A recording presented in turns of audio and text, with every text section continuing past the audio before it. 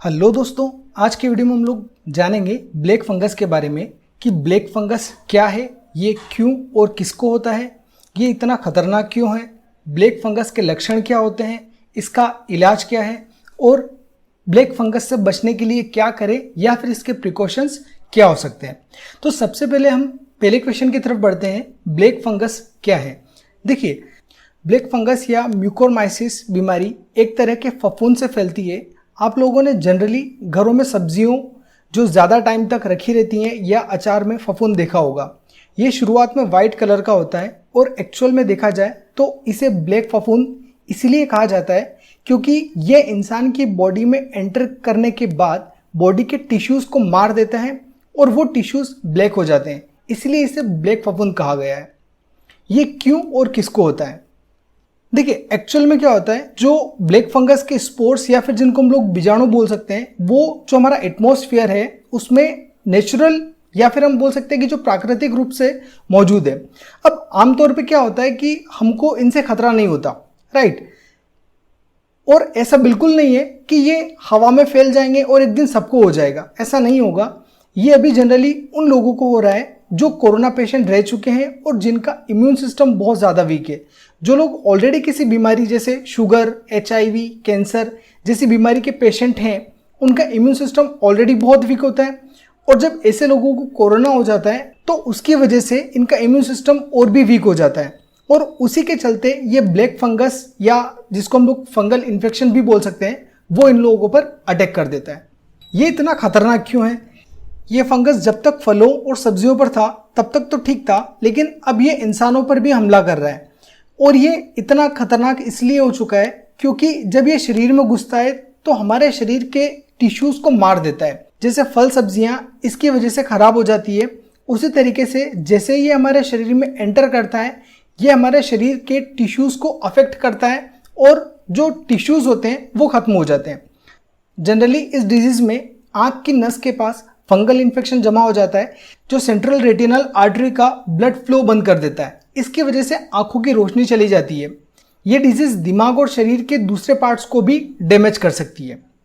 Black fungus के लक्षण, अगर इसके लक्षणों की बात करें तो इस डिजीज में अभी तक सिर में बहुत ज़्यादा दर्द, आंखों में रेडनेस, आंखों में पानी आना, आंखों के मूवमेंट का बंद हो जाना जैसी परेशानियां होती है या फिर अभी तक इस टाइप की परेशानियां देखी गई है।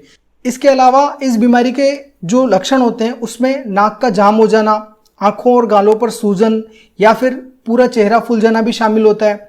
कई बार नाक पर काली पपड़ी जम जाती है, आंखों के नीचे दर्द या सिर में दर्द और बुखार भी इसके लक्षण होते हैं।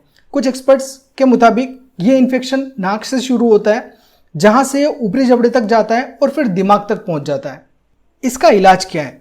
देखिए, डॉक्टरों की माने तो म्यूकोरमाइसिस एक प्रकार का फंगल इन्फेक्शन होता है जो नाक और आंखों से शुरू होता हुआ ब्रेन तक पहुंच जाता है और मरीज की मौत हो जाती है। अगर म्यूकोरमाइसिस बीमारी का समय रहते पता चल जाए तो इलाज संभव है। इसका एक इलाज यह है कि लक्षणों को जल्द से जल्द पहचानें और डॉक्टरों से संपर्क करें। स्पेशली जो कोविड पेशेंट्स होते हैं जिनको रिसेंटली कोरोना हुआ है या फिर जो कोरोना से लड़कर आ चुके हैं, उन लोगों को खास तौर पर इसके लक्षणों पर ध्यान देना चाहिए। कुछ डॉक्टरों की माने तो एक बार अगर ये फंगल इन्फेक्शन दिमाग तक पहुंच गया तो फिर कोई इलाज कारगर नहीं होता। इससे बचने के लिए क्या करें या फिर इसके प्रिकॉशंस क्या हैं? देखिए, ब्लैक फंगस से बचने के लिए कुछ विशेष बातों का ध्यान रखें तो इससे आसानी से बचा जा सकता है।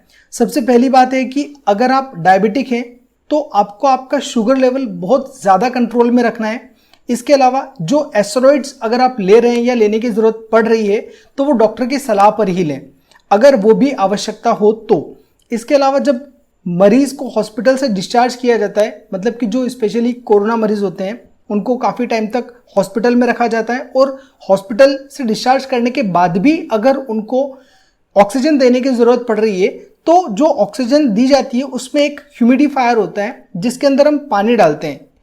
तो वो जो पानी हम डालते हैं उसको आपको टाइम टाइम पर यानी कि बार बार साफ करना है और उसमें स्पेशली ये ध्यान रखना है कि जो ह्यूमिडिफायर है उसमें से पानी की बूंद टपके नहीं या फिर मरीज जो है उसके सरफेस पर कहीं जमा नहीं हो। उससे क्या होगा कि अगर जमा होता है तो फफूंद फैल जाएगा और वो फफूंद फिर जो पेशेंट है उसको अफेक्ट करना शुरू कर देगा। इसके अलावा एक चीज़ और होती है कि अगर मरीज को कहीं पर चोट लगी हुई है तो चोट का भी आपको उस पर स्पेशली ध्यान रखना है कि चोट पर इन्फेक्शन फैलना शुरू नहीं हो जाए, क्योंकि जो फंगल इन्फेक्शन होता है वो या तो नाक से या मुंह से या फिर आपके शरीर में कहीं चोट लगी है तो उसके थ्रू एंटर करेगा। तो अगर आप हाइजीन का स्पेशली ध्यान रखते हैं, स्पेशली हाइजीन को मेंटेन करके चलते हैं, तो आपके फंगल इन्फेक्शन से बचने के चांसेस काफ़ी ज़्यादा बढ़ जाते हैं। तो इन बातों का आपको विशेष ध्यान रखना है।